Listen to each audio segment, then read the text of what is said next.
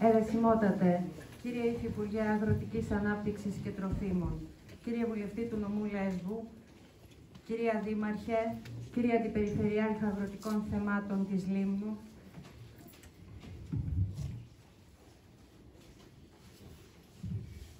κυρίες και κύριοι αντιδήμαρχοι του Δήμου μας, κύριε Διοικητά του Νοσοκομείου, πολιτευτές, διακεκριμένα στελέχη της Νέας Δημοκρατίας, περιφερειακοί και δημοτικοί σύμβουλοι, μέλη και φίλοι της Νέας Δημοκρατίας, κυρίες και κύριοι, καλησπέρα σας. Σας καλωσορίζω σήμερα σε μια όμορφη εκδήλωση που διοργανώνεται όπως κάθε χρόνο από την Δημοτική Τοπική Οργάνωση της Νέας Δημοκρατίας Λίμνου.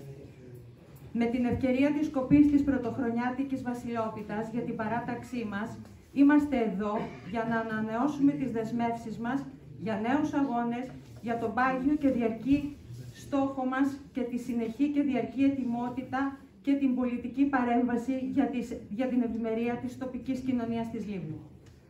Αγαπητοί φίλοι, νεοδημοκράτησες και νεοδημοκράτες, αφήσαμε πίσω μας το 2023 ένα δύσκολο έτος με τραγικές δοκιμασίες που μας πλήγωσαν και με απίστευτες βιβλικές καταστροφές αποτέλεσμα της κλιματικής αλλαγής, τους αδιανόητους πολέμους και τον ανθρώπινο πόνο στη γειτονιά μας.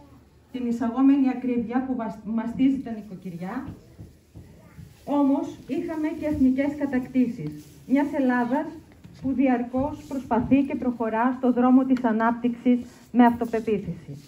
Αυτό άλλωστε εκφράστηκε και με τις απανωτές νίκες και την υπεροχή της παράταξής μας. Υποδεχόμαστε το 2024 με αισιοδοξία, αλλά και με την πεποίθηση ότι η προσπάθεια προς την ανάπτυξη θα συνεχιστεί, κυρίως ως προς τη βελτίωση στο εισόδημα και την ποιότητα της ζωής των Ελλήνων συμπολιτών μας. Μεγάλη τιμή και χαρά σήμερα να υποδεχόμαστε στο νησί μας τον Υφυπουργό Αγροτικής Ανάπτυξης και Τροφίμων, τον κύριο Διονύσιο Σταμενίτη.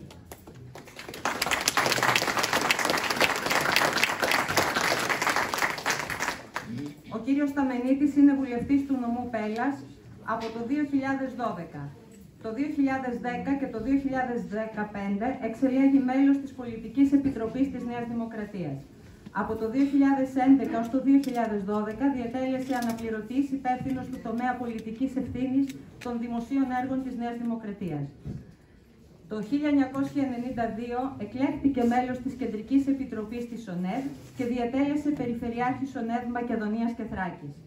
Το 1990 εξελέγει πρόεδρος της Περιφερειακής Επιτροπής της ΟΝΕΔ του νομού Πέλλας, ενώ διετέλεσε αντιπρόεδρος του Διοικητικού Συμβουλίου του Φοιτητικού Συλλόγου των Πολιτικών Μηχανικών του Αριστοτελείου Πανεπιστημίου Θεσσαλονίκης.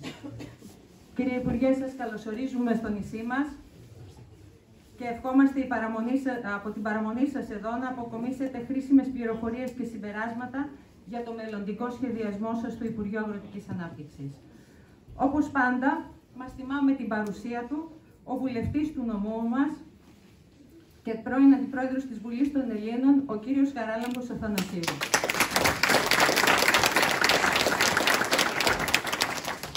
Δεν χρειάζεται να πω πάρα πολλά για τον κύριο Αθανασίου, γιατί όλοι μας, εγώ έχω συνηθίσει να λέω τον κύριο Αθανασίου πλέον Λιμνιό, γιατί αγαπά τη Λίμνο, την έχει κάνει πατρίδα του και βρίσκεται πάντα όποτε τον χρειαζόμαστε εδώ, αλλά και πολύ συχνά με τις επισκέψεις του εδώ, μπορεί και έρχεται και βοηθά σε κάθε περίπτωση σε όλα τα προβλήματα που προκύπτουν στο νησί μας.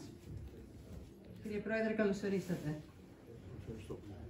Κλείνοντας, θα ήθελα να ευχαριστήσω θερμά την οικογένεια Διαμαντίδη, τον κύριο Γιάννη Διαμαντίδη, ο οποίος με πολύ χαρά φιλοξενεί κάθε μας εκδήλωση.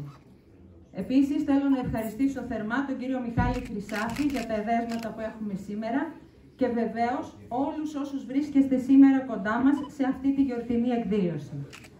Δεν θα σας κουράσω άλλο, θα δώσω το λόγο στον κύριο Πρόεδρο, στον κύριο Χαράλαμπο Αθανασίου.